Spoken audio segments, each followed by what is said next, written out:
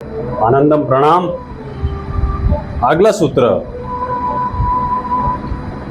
25वां सूत्र फ्रॉम साधन पाद, second chapter from by Patanjali योग मुनि। कैवल्य क्या है, और पिछले सूत्र में जो बताया था कि अज्ञान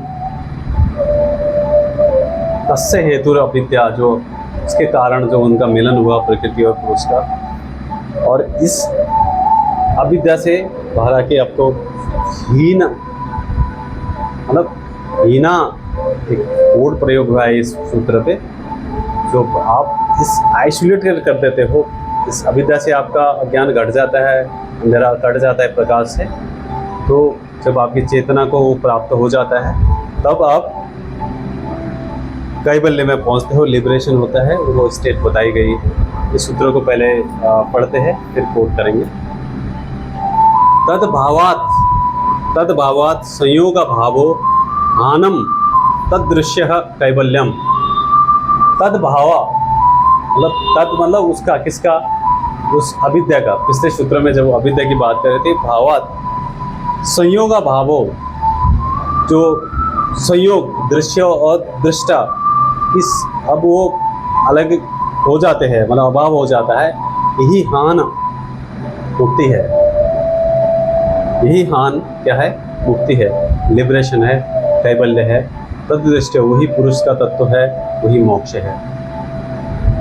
अब क्या ये बोल के होगा, या क्या मेरे बोलने से, आपके सुनने से होगा, या किताब पढ़ने से होगा, ये हमें भी प्राप्त नहीं हुआ। हम इस रेफरेंस दे रहे किताबों का, हम अभ्यास कर रहे, आज नहीं तो कल होगा। हम मंजिल मिल ही जाएगी, भटकते ही सही, गुमराह तो वो है जो घर से ही ना निकले। तो इस बिंदु, इस मोक्ष, इस कैवल्यम पे कैसे पहुंचा जाएगा? सबसे पहले तो अविद्या का नाश होगा, जो पिछले सूत्र में बताया था कि 25 प्रकृति के ऊपर जब आप उठ जाएंगे, पुरुष आत्मबोध हो जाएगा। यार आप स्वयं अनुभव करेंगे, एक मीठा गुलाब जामुन कितना स्वादिष्ट है, जलेबी कितनी स्वादिष्ट है, बोलने के लिए बोल सकते हैं जिसने खाया है, लेकिन जिसने नहीं खाया वो सिर्फ इमेजिन कर सकता है, बट उससे उसको मीठा का स्वादन नहीं मिलेगा। बट आध्यात्म मार्ग ऐसा है, खुद को आपको उस रास्ते पे धकेलना होगा, उस रास्ते पे चलना होगा, तब जाके उसका स्वादन आपको मिलेगा। जब वास्तविक बंधन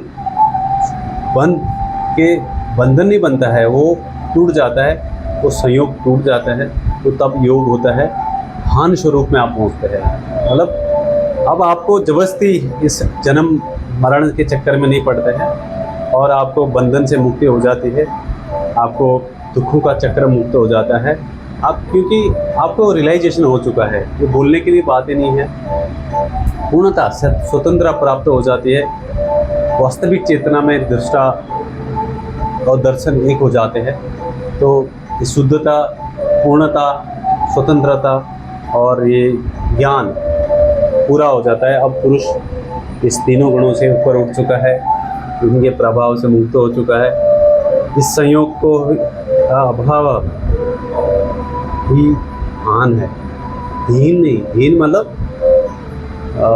regret kind of thing, insecurity, एक इन्फीरियरिटी कॉम्प्लेक्स, ये हीन भावना है। यहाँ पे हान की बात हो रही है।